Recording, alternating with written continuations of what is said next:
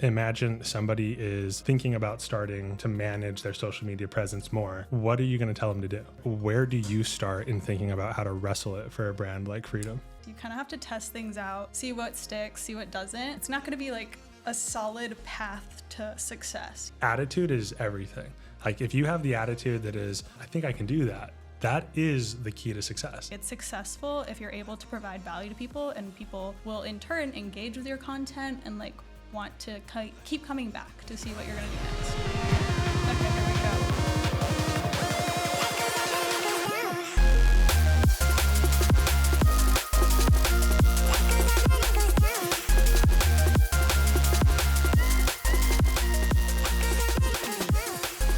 That was me running to go do my marketing tasks. That soundtrack. Rockets on fingertips? Mm-hmm. Rockets on fingers, toes, knees, elbows, head, shoulders, knees, and toes. Knees and toes. I absolutely love it. Well, everybody, welcome back to another episode of the FRW podcast. Today we have our wonderful social media manager, Megan, joining us. Hello. Happy to be here. I've heard so much about all these podcasts. So we've heard a lot, but we haven't participated ourselves. No. So this is going to be a first for us, but really excited to pick your brain a little and let people know more about what you think through when you're doing marketing for the company, when you're managing the socials, so to speak. There's so much that goes on in the brain. So excited to get into it because I think that there's just so many things to talk about. There really are. And we have so many channels. Maybe that's like a good place to start. So social media management, yeah. Where do you start in thinking about how to wrestle it for a brand like Freedom? It helps that I've been with the brand for a bit, so I can kind of understand the brand and what we stand for.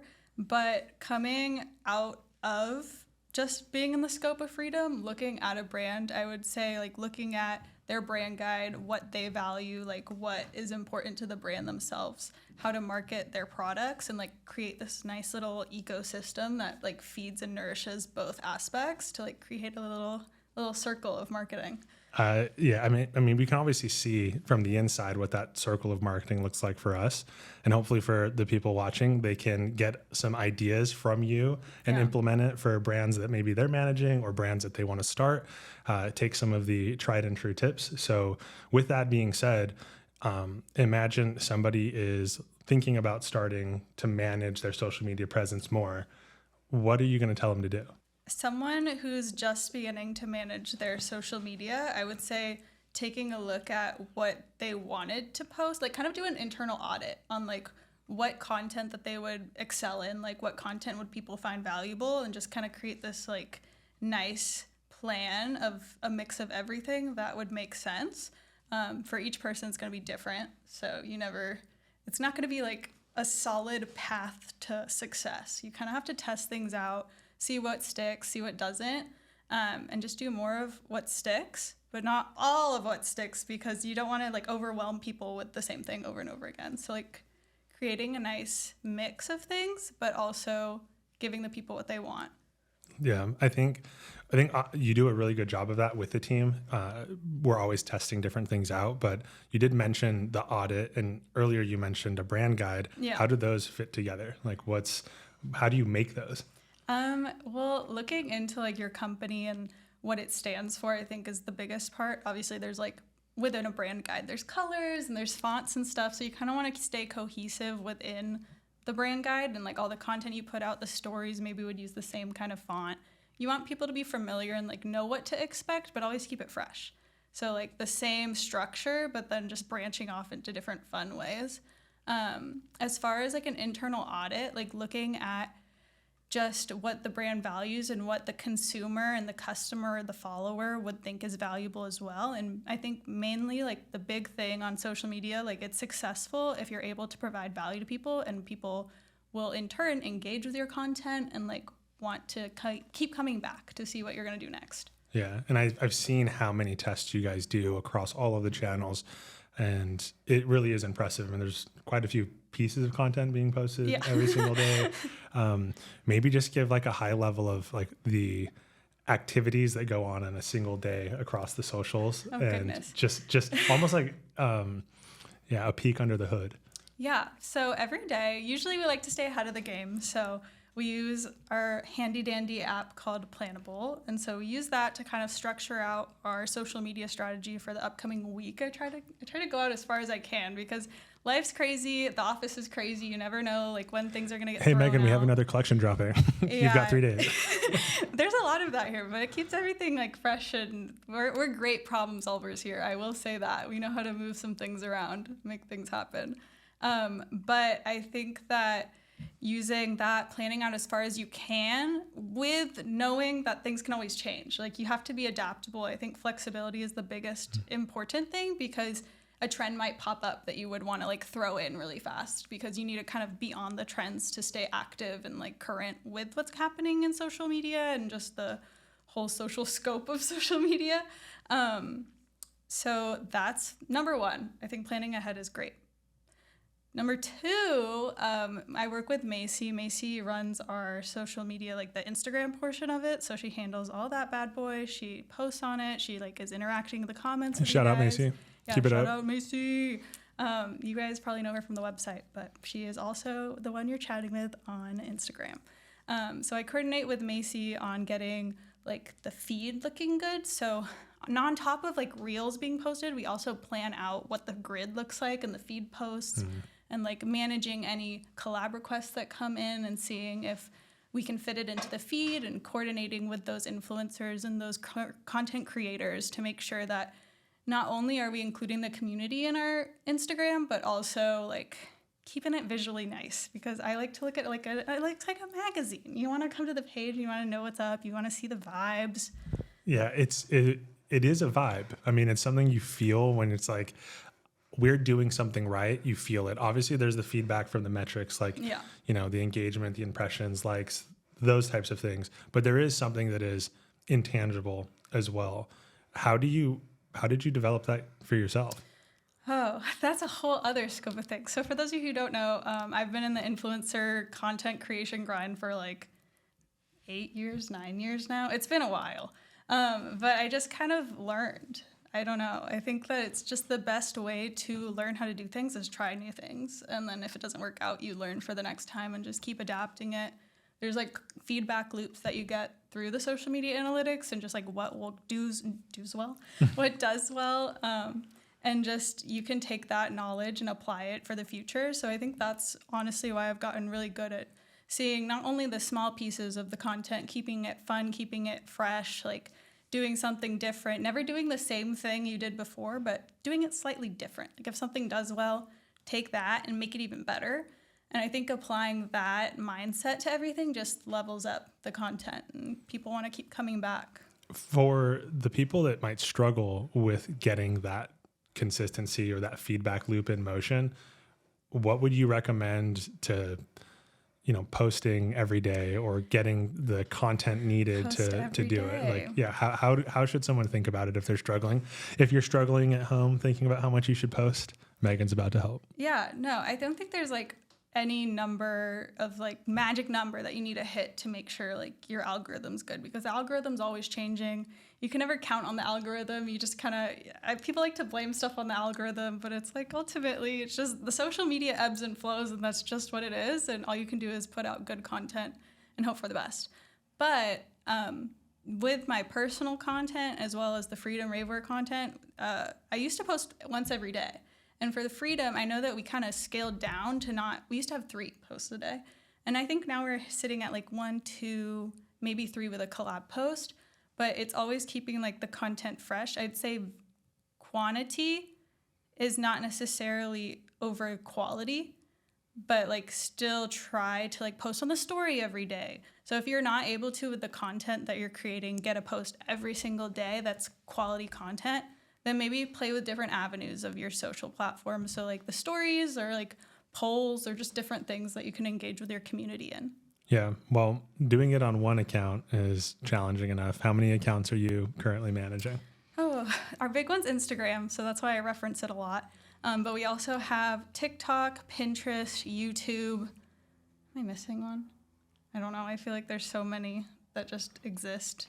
Outside of the social platforms, I mean, I think those are the big 4: YouTube, Instagram, TikTok, and Pinterest. Yeah. And I know that the Pinterest has a lot of posts going on. If you're not on Pinterest for Rave clothes, go check it out. I think it's great. We're throwing down. Yeah, no, not only like are we killing the content game over there, but when I like go and search for like our shoot inspo and stuff to like throw into a little vision board for our models and just our team, so we're all on the same page, always go to Pinterest. There's so many good like little nuggets of information and just tips and inspo and and then it, from a business perspective, really does drive a significant amount of traffic. So it's, you know, like you said, the quality is better than the quantity if the quantity can't be there, but quantity and quality, that's the win.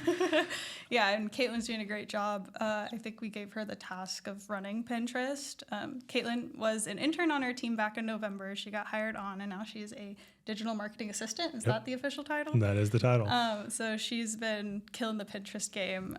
All the Pinterest posts, you can thank her for those. She does little inspo boards as well for like Beyond and like different festivals coming up. So not only is our clothes in there, but maybe hairstyles or like fun makeup looks as well. So nice.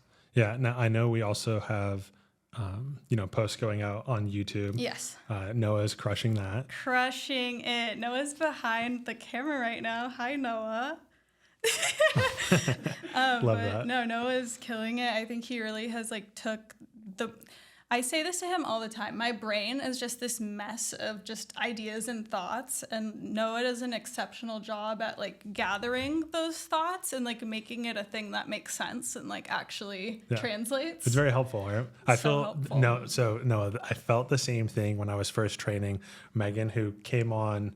I mean, you came on not to do the marketing essentially originally. It was for being an executive assistant, right? Yeah. So, I don't know, maybe take a step back. Like, what was it like coming to Freedom in the first place and where you're at now? It's kind of crazy to look back because coming onto the team, like, as I said, I was like in the influencer content creation game. Like, I was pretty much like self-employed, like working on like brand deals here and there, but there was never like a consistent stream of income. And I love consistency. So I was like actively looking for a job. I saw Freedom Ravewear post on their story, like, executive assistant. I'm like, this sounds like it could be cool. Granted, I had experience in the social media sphere, but like, what does that mean? Like, I don't know. Yeah. I was looking at the job description. I'm like, I think I can do this. I think I can be a kick-ass job at this. And so I applied, and the rest was history. I feel like it's funny I was in marketing too, going like back. I finally just finished my degree. I don't know if you knew that. Whoa. Yeah, I finished my last classes like a week ago. Thank you, ChatGPT. Period. Yeah, don't tell my professors that. I think they're still auditing my account. No. We kid.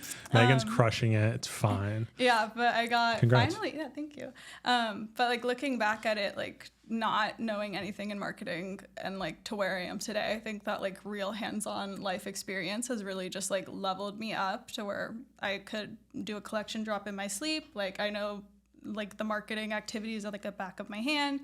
And so seeing the progression throughout the company and just all the skills I'm able to learn here and try out new things and be a creative photo shoot director some days and just wear different hats. It's really cool. Yeah, no, I've definitely, obviously I've seen it, your progression through that time period, but it's sort of what happens with anyone that comes in. If you have the right attitude, and this goes for anyone who's just listening about like, okay, well, what can I do to improve my social media? Maybe I'm running an account for a brand or multiple accounts for a brand, or I want to take my own personal brand more seriously. Attitude is everything. Like if you have the attitude that is, well, I mean, I think I can do that. That is the key to success. It's not so much the actual tasks that are in between point A and point B, but just that you're choosing to be committed to getting to point B. Yeah. What role does that kind of commitment play for you? I agree. My mom has always told me since I was a little girl that I could do anything I set my mind to. So I think just like all of that is a testament to where I am today. And like, I might have not known about marketing, but I sure had a great attitude about like learning about it. And when I'd make a mistake, like I just have a traumatic. Yeah. One of the first weeks I was on, I accidentally sent an app notification that something had dropped that wasn't dropping until wasn't the next available. Week. Yeah, I felt so bad, but like You instead took it well. You took it Yeah. well. Like externally, you took it well. that was not normal for me. Yeah. I feel like I like in the past have beat up myself, and like you just can't get yourself into that mindset, especially in the workspace, because mistakes are going to be made. Like you're going to make mistakes, like whether that's like a small mistake or a big mistake, they happen, but as long as you learn from them, then it wasn't for nothing, and you can take what you learned and apply it and just be a stronger boss ass bitch.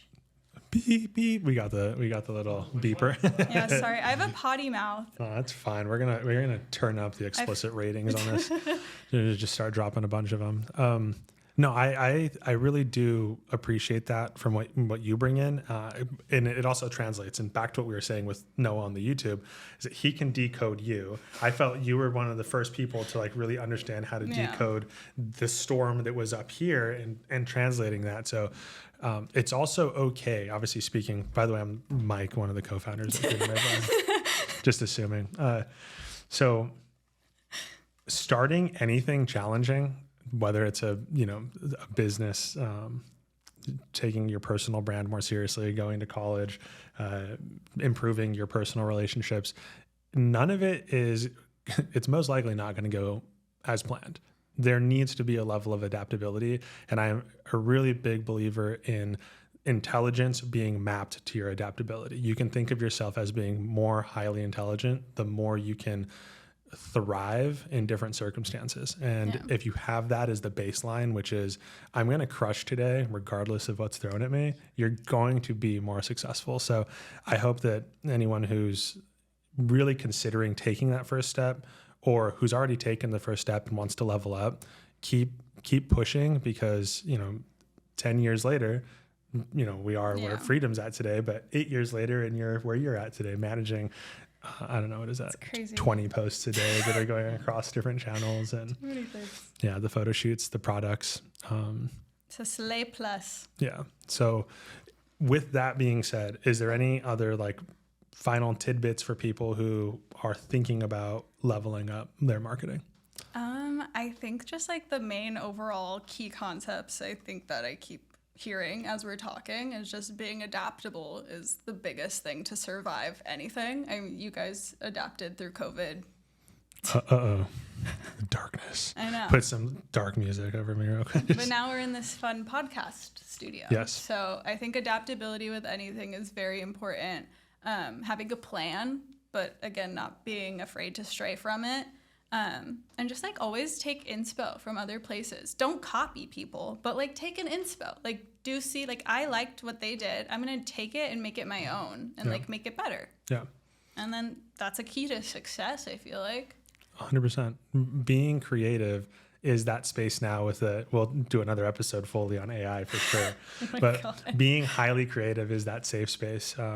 Express yourself and just keep crushing it. So Megan, thank you very much. I appreciate it. Thank you for letting the brain thoughts come out and play for a sec. Yes, of course. Of course. Cool. Well, cue that beat. Thanks for watching, guys. We'll be back later. The beat's not playing. That's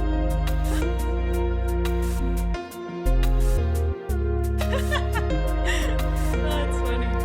Next time I have to get more coffee because I ripped it up.